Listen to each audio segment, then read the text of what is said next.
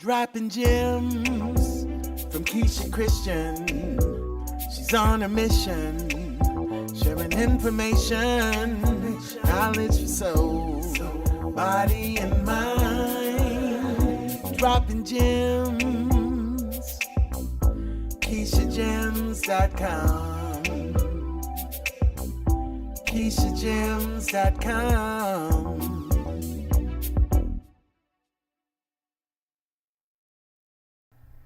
Welcome to episode 10 of Just Dropping Gems podcast. My name is Keisha Christian, holistic lifestyle coach, author, and owner of Keisha's Gems LLC.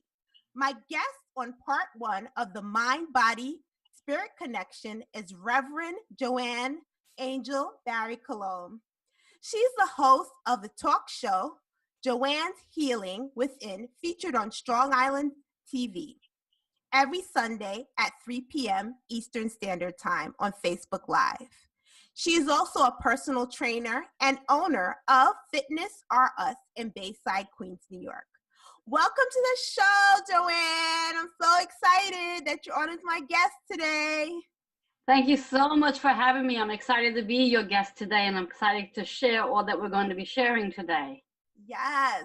So today, what we're going to be talking about, as I mentioned before in the intro, is mind and body connection. So Yes. One of the first things that I wanted to touch on was the importance of weight training. Now, I know that, Joanne, you don't like the term losing weight. Yes.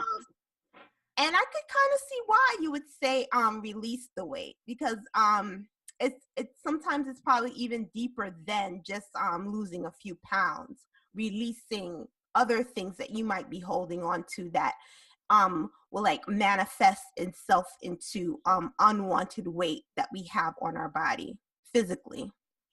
Yes. Yeah. I mean, when you think about the whole perspective of weight itself and the concept of one wanting to lose the weight, it's such a short-term process of losing whatever weight they lose. The average person takes a while to get to that goal. And once they come off of whatever it was that they did to get to that goal weight, which is probably not a lifestyle, they end up regaining the weight back. And the whole process behind that, the whole reason why that takes place is because, as anything else, when you lose something, whether it be your pocketbook or a nice piece of jewelry or something that you really like, you're obviously going to go and look for it. Mm-hmm. And it's the same concept when we talk about our body weight, because psychologically we invited that body weight in for some sort of protection, whether it was in our childhood or even past life, that we felt the need that we needed to protect ourselves so that weight shows up physically in the body. And that's why many have a challenging time maintaining whatever weight loss goals they accomplish in the time they do, where they actually regain it back. And what I like to call it as, they reach a plateau. And once they reach that plateau, it's usually when that weight will start showing back up again. Yeah, I could imagine, because that's what I'm thinking. More along the lines of that. When we would say like we go on a diet, because I think of the word diet and diet. Yes. You notice that people just go right back. Even those who get surgeries, such as I would say lipo, or if they get the lap band or those certain type of surgeries they get, sometimes they even end up gaining weight back, and which will become detrimental to their health as well, because they're not supposed to put on weight when they get such procedures done. And it's interesting you bring that up, because when you talk about the mind and the body, when one undergoes any of those procedures, the actual mind and the body are not connected. So it takes the actual mind a lot longer to recognize the actual change that took place based on the surgery. Mm-hmm. So let's say one has the surgery today, the actual mentality, psychologically speaking, is going to take a lot longer to recognize this change that has taken place based on man change as opposed to doing it naturally.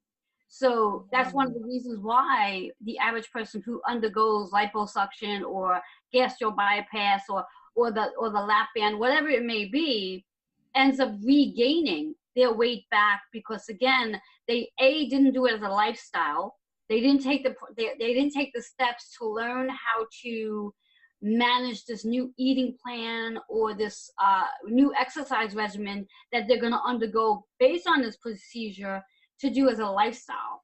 They did it based on a short-term fix, and it was just I like to say it's too much too soon, and too much for the brain to comprehend that this person went for, we'll say argument's sake, they were 200 pounds, and in a matter of 2 to 3 weeks, they dropped 50 pounds. Psychologically, their brain does not absorb that information that quickly, so they don't see themselves in the mirror as what their new weight is because their mind still sees themselves as being their current weight they was prior to the surgery. So it's that disconnection between the mind and the body, because it is a disconnection because you're doing something that is not natural to the body. So your body cannot possibly connect at the same time while having the surgery. So it is a process, and I would say the average person that does have that type of surgery, they should undergo major, I would like to call it psychotherapy. Makes sense. In regards to what their reasons are to having the surgery and how are they going to manage the results of after having the surgery so they can maintain that result as a lifestyle, as opposed to thinking that it's a quick fix and them thinking that they're going to possibly go back to eating whatever it is they want to do or not maintaining an exercise regimen because they had this surgery. They would think that they don't have to, whereas in reality of it all is, and I say this to many of my clients, whereas if you're going to go and have the surgery, you still have to be mindful that your eating habits have to change, and you do have to have an exercise regimen to maintain the results of the surgery. Makes sense. So basically what you need to do is really prepare yourself mentally if you are choosing to release weight. So you have to not just, that comes into what I talk about in almost every episode, living a holistic lifestyle. So it's not just what you're putting into your mouth, it's what you're feeding yourself spiritually, what you're feeding yourself mentally as well. Definitely. And when we think about the whole process of releasing weight, the way I view it is releasing weight based on a holistic perspective as opposed to surgery. And because to me, it's a very different process of when you're releasing weight based on surgery versus releasing weight based on going to the whole concept of digging deep into the inner wounds that are connected to the weight and doing the work that is connected to whatever the reasons why you put the weight on to begin with.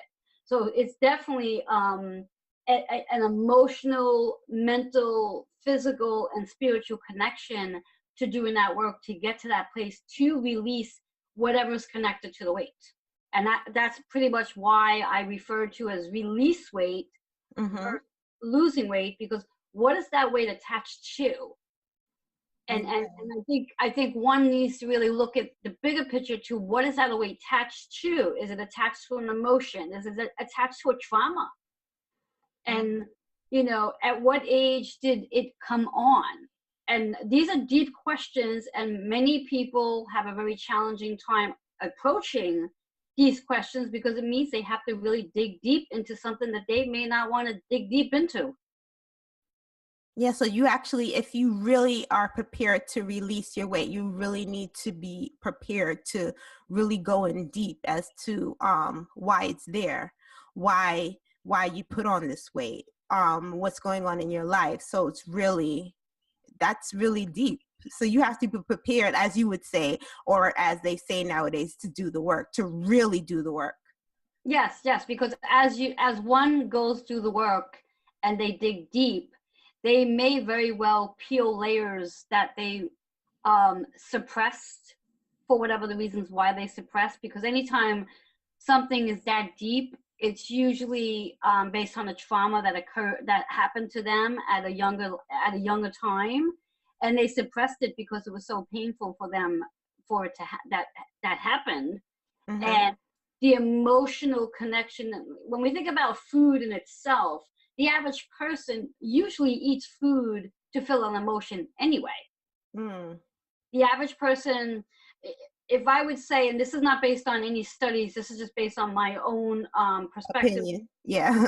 opinion, I would say if you took 10 people, 7 of those 10 people eat based on their day, based on their emotions. They're not eating food based on nutrients, vitamins, and minerals.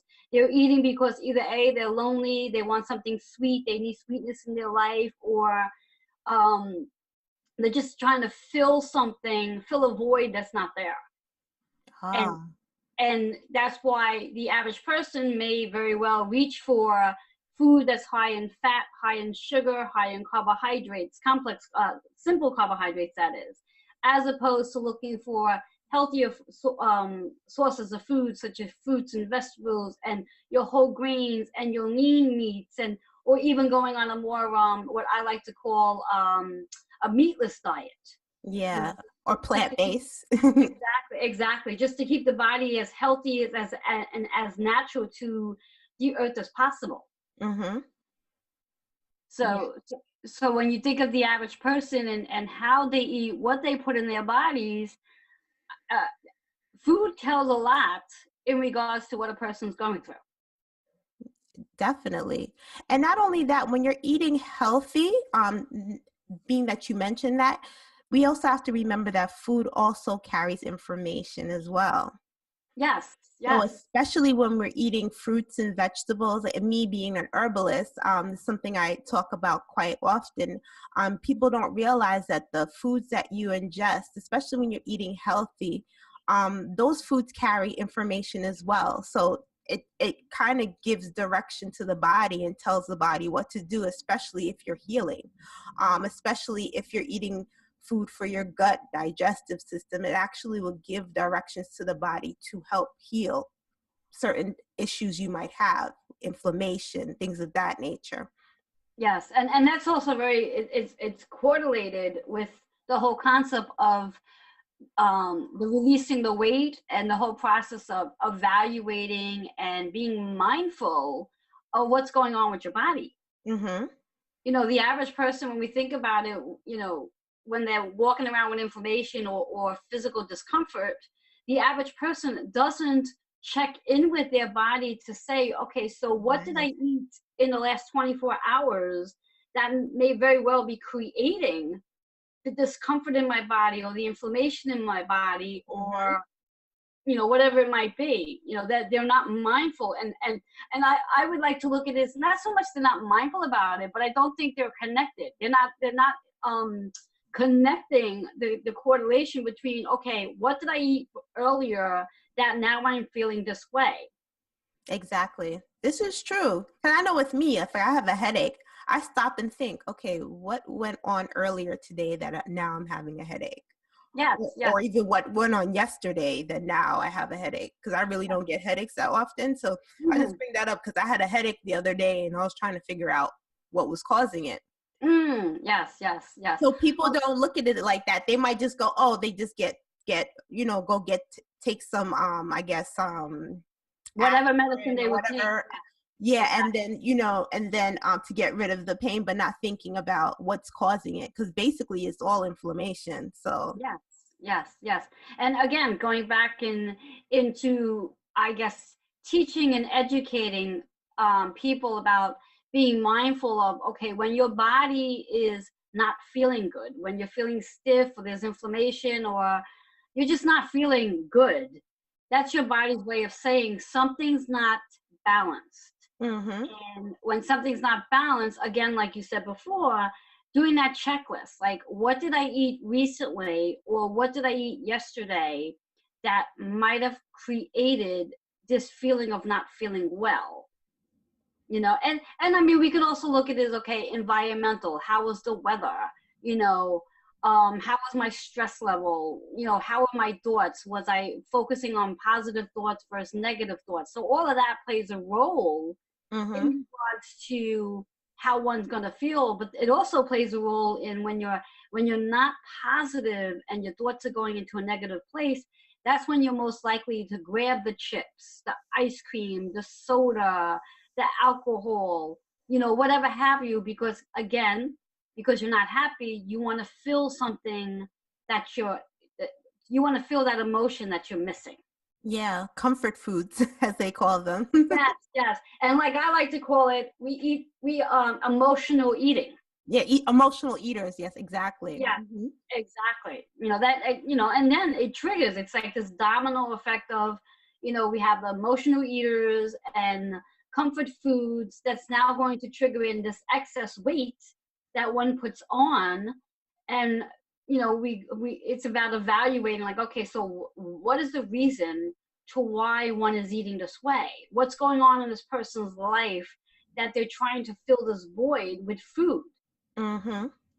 And it's just going to always go back to that analyzing and evaluating what's going on in your life at that present time that's creating this whole concept of not eating well and having this excess weight that you're looking to release. Yes. So, as far as you being a personal trainer, how do you in your business incorporate nutrition as part of a health goal, say for your client? Well, right off the bat, when clients come to me initially, I have them usually the first 4 weeks we start off with just an exercise regimen. Okay. Once the 4 weeks go, and why I do the exercise regimen first versus changing the way they're eating or even looking at the way they're eating, is I do believe that when we add some activity into one's life, they're going to see a small change take place, because you take somebody who's never exercised before, and now they're going to be exercising, whether it's twice a week or 3 times a week or even more, which is better. Their body is going to utilize the calories that they're intaking differently than when they weren't exercising. Mm-hmm. Now, once they do that, what I like to do, and the reason why I do it this way, is I like to see how their body adapts to exercising and eating the way they eat. Okay. And then once, let's say 4 to 6 weeks, I reassess them. And if I'm not seeing any changes at that point, because I usually would think within 4 to 6 weeks, someone who's hasn't exercised before and now embarked on an exercise regimen, there's going to be a small change. And if I'm not seeing that small change, that's when I'm going to sit down with them and ask them to keep a food diary for a period of 7 days, so I can get a general idea of how they're eating, how often they're eating, in reference to time. Do they eat the same time every day? How many times a day are they eating? Are they eating twice a day? Do they eat breakfast? One of the things I've noticed as a trainer, many, and I'm going to say this word again, many people tend to not eat breakfast. Oh. And it's shocking in my mind to know, like, okay, so why are you not eating breakfast? It's like the most important meal of the day, because when you think of the word breakfast and you actually take the word itself and just divide it into I was just thinking that.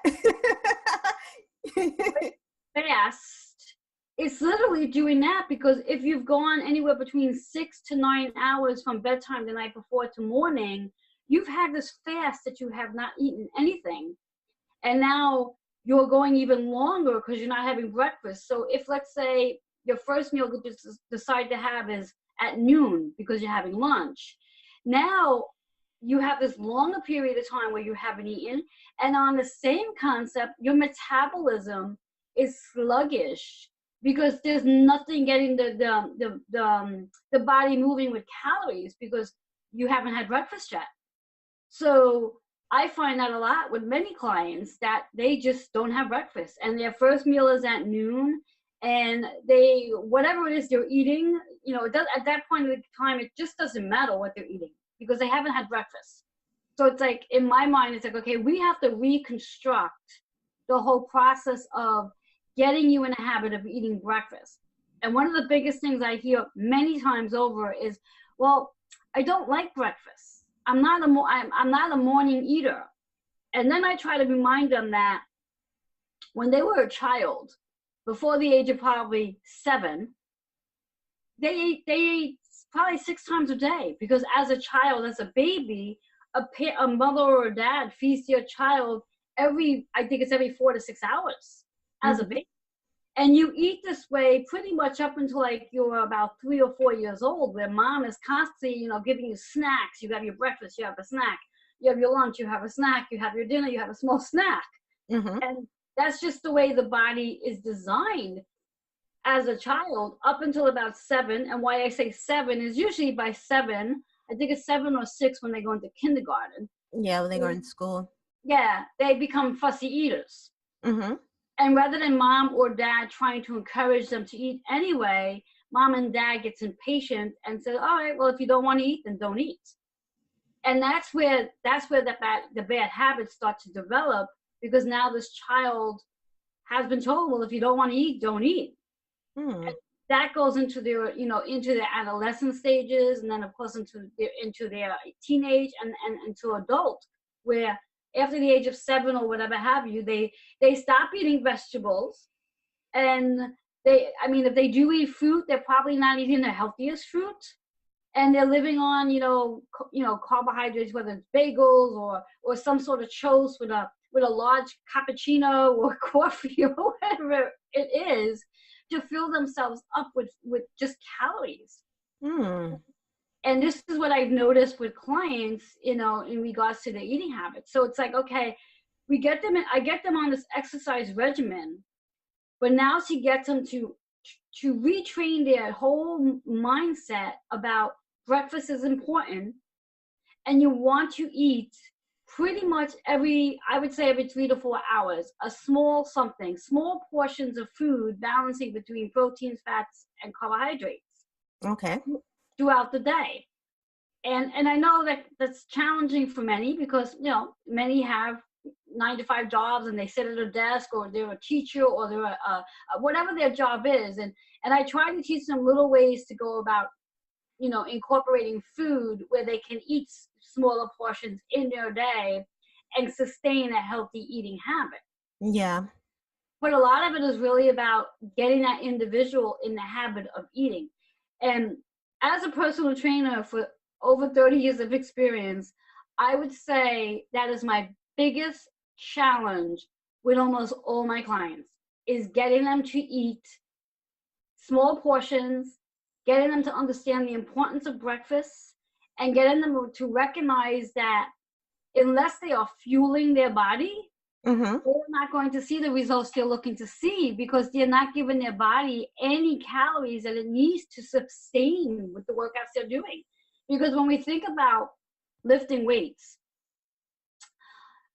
your body is going to be exerting extra calories. Yes.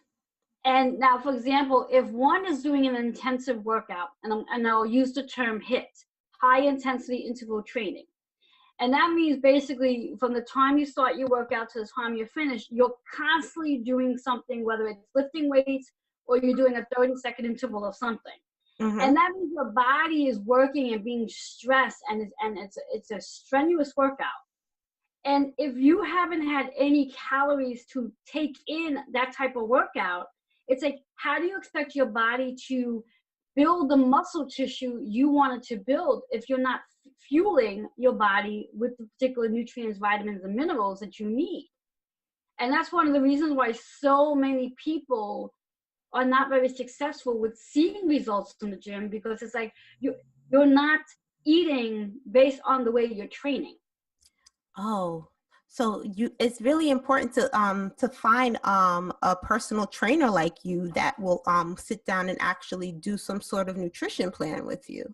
Oh, definitely, because what I find, which I think that this is extremely funny, I find the average, and not so much men, but mostly women, and because you are catering around women, what I find with women is that the minute they start an exercise regimen, the first thing they want to do is they want to cut calories. Okay.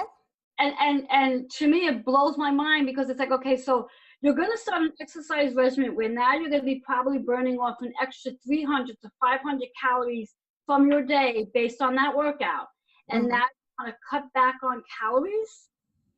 It's like, let's do the math here. It doesn't make sense.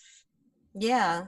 And basically, wouldn't your body be holding on to, if you're not getting enough calories in, your body would be holding on to, so you wouldn't see any results to begin with anyway. Exactly, which is something that I educate my clients on. It's like, the only way you're going to see results by working out with weights is by incorporating the sufficient amount of calories your body needs for the workout you are doing.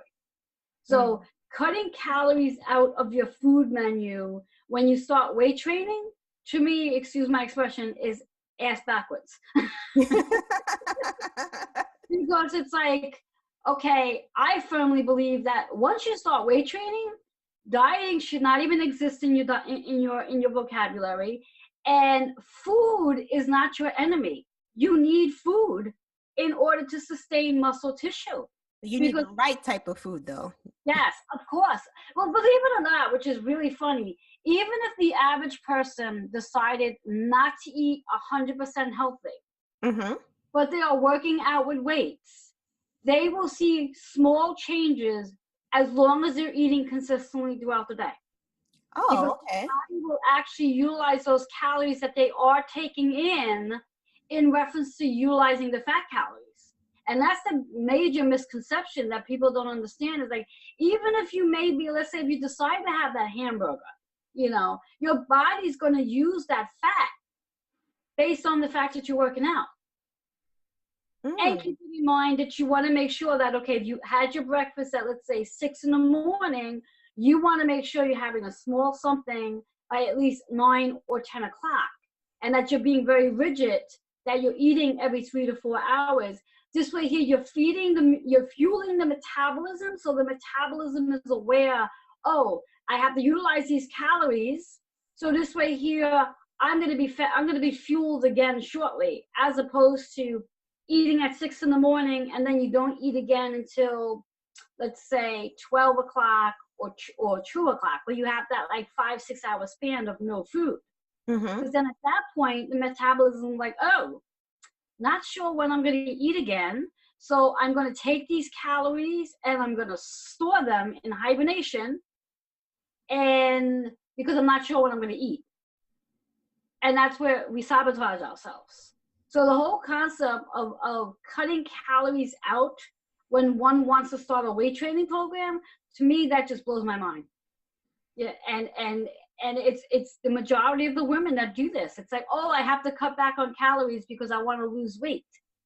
And again, going back into that releasing the weight concept is, okay, if you want to release the weight, we need to understand that what that weight is attached to, and along with what the weight is attached to, then we have to get to an understanding that as you're lifting weights, your body requires calories to lift weights. And those calories are divvied up between your protein, your carbohydrates, your fruits and your vegetables, and your fat. And we need that in order to sustain muscle tissue. Otherwise, you're going to the gym and you're lifting weights. You start the gym out in February. You stay on your plan for 6 months, but you're not eating the right way. And 6 months down the road, you look the same way, if not worse, because you're not doing, your regimen isn't fitting what you're doing. Yeah, definitely. And it blows my mind. Now, one of the things I want to talk about, I should have mentioned earlier, is the fact that Joanne actually has a book called The Power to Release Weight. You want to tell us a little about this book? Sure. Well, I mean, I think we already spoke about the book. Yeah, but we didn't mention it. But I wanted to bring it up because we're giving out all this information, but I realized I never mentioned your book. So you could just tell us a little about your book and where anyone could purchase it from, because I tell you, Joanne has a wealth of knowledge, especially her being her being a bodybuilder as well, professional bodybuilder, award winning. If you go to her fitness, her gym, you'll see all her pictures and her awards up. So she's just a wealth of knowledge, and her book alone, if anyone is looking to release weight, it will be a great read. So tell us a little about it and where we could get your book from. Sure. Well, to start off with, it's a great read. It's a short read. And it's actually not a read. It's more as though you go into the chapters and you sit with each chapter for a little bit at a time, because you have to digest the information. Mm-hmm. It's actually going to help you still releasing the weight process. And there's questions in it, heavy questions, as we spoke on earlier, where you have to sit down and evaluate where the weight comes from, how far digging you're going to be doing to get to that process of releasing the weight. And I include chakra balancing meditations. I include crystals in reference to which crystals to actually use to help to release weights, because as you know, as you specialize in crystals, there are many crystals that are actually very helpful in regards to the process of releasing weight. And that's included in my book, along with, I believe there are either 3 to 6 different type of exercise regimens that's in the book as well, to help one get into that whole pattern of exercising. And there's many meditations, because I do believe the process of releasing weight, you definitely need to sit quietly and visualize what your actual goal weight is, what it is you see yourself as. Because if you constantly see yourself being the size you are, then you have to retrain the brain to be the size you want to be. Exactly. And we're actually going to talk about that more so in part 2 of this, where we're talking about the mind, body, and spirit connection. Excellent. And in regards to where you can get my book, there's a site called lulu.com. And all you'd have to do is plug in the title of the book and, of course, my name, and you can get it from there. Or you can also go on Amazon.com, and they have it as well. So there's places. And I also believe Barnes & Noble carries it online. Oh, that's great. You know what I'm going to do? I'm actually going to put the link to Joanne's book, if anybody's interested in purchasing it, in the show notes. And I'm also going to put it in the description box below for if you're watching this or listening to this on YouTube. Definitely. I'll do that. Thank you. You said it's on Amazon and on Lulu and also Barnes & Noble. So I'll definitely put the link to that, so you can go straight to her book and you could order it. It's reasonably priced. What I see here is $15. So go and get it if this is something that you're really serious about and want. You feel as though you have someone right there with you, helping you along. You're not doing it on your own. Exactly. And if I'm not mistaken, and before I actually say what I'm about to say, I'm just going to take a peek at my book really quickly before I put my foot in my mouth. It's definitely on Lulu. I saw the website. Yeah. Well, that's actually not what I'm looking for, because I know. Oh yes, okay. In the book, the 77-page, when they do purchase, there's actually a gift for them where they can take advantage of either receiving a holistic nutrition coaching session, chakra balance meditation session, or self-growth discovery session. So they have the option of one of those 3 gifts that they can actually take advantage of, and all they have to do is contact me. The information to contact me is in the book as well. Oh, nice. So that they don't have to do this alone. I'm right there with them. Yes. So if anyone's not in the New York area and they're looking to find ways to release weight, not just lose weight, definitely check out Joanne. I'm going to leave all her information in the show notes below, her website. And if anyone wants looking for a personal trainer, definitely check out Joanne. She's an excellent, great personal trainer, very personable, and she's just a sweetheart. I just love her. Thank you. And I've just recently started offering personal training services online.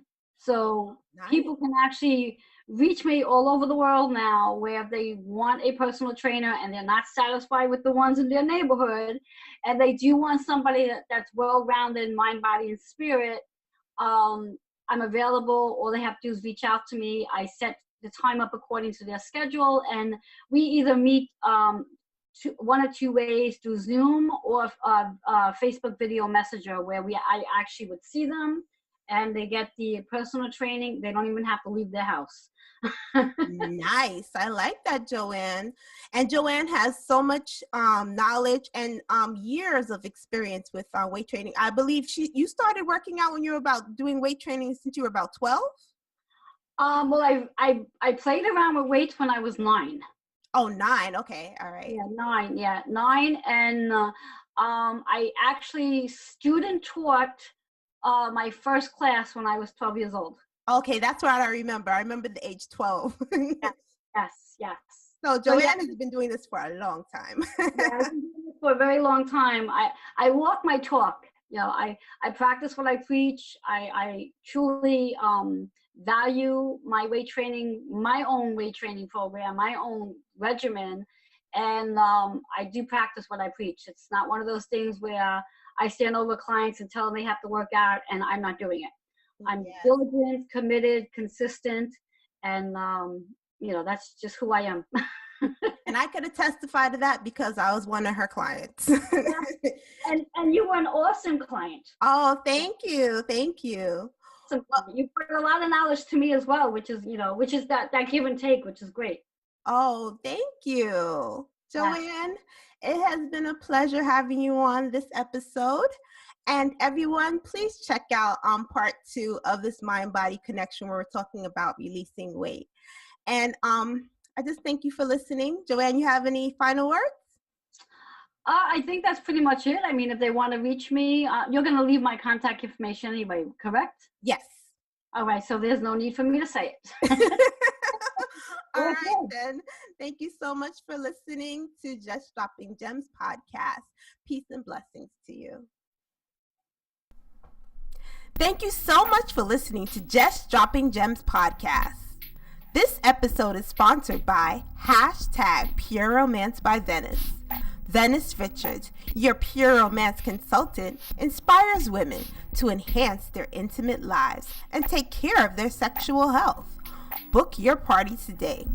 Info in the show notes or description box below. It is also sponsored by Keisha's Gems and Dropping Gems Publishing. Be sure to visit our website, where we offer holistic solutions with the soul in mind. And check out my new books, Healthy Gems, Nourishing Practices and Self-Care Tips for Busy Individuals, and Holistic Gems, How to Treat Seasonal and Year-Long Allergies Naturally. Available on Amazon, or purchase an autographed copy on our website. Subscribe to our YouTube channel at www.droppinggems.com. That's www.droppinggemz.com. If you are interested in being a sponsor or advertising on this podcast, you can contact us at www.keishagems.com. That's www.keishagemz.com, or email us at keishagems@gmail.com. Much abundance to you. Peace and blessings.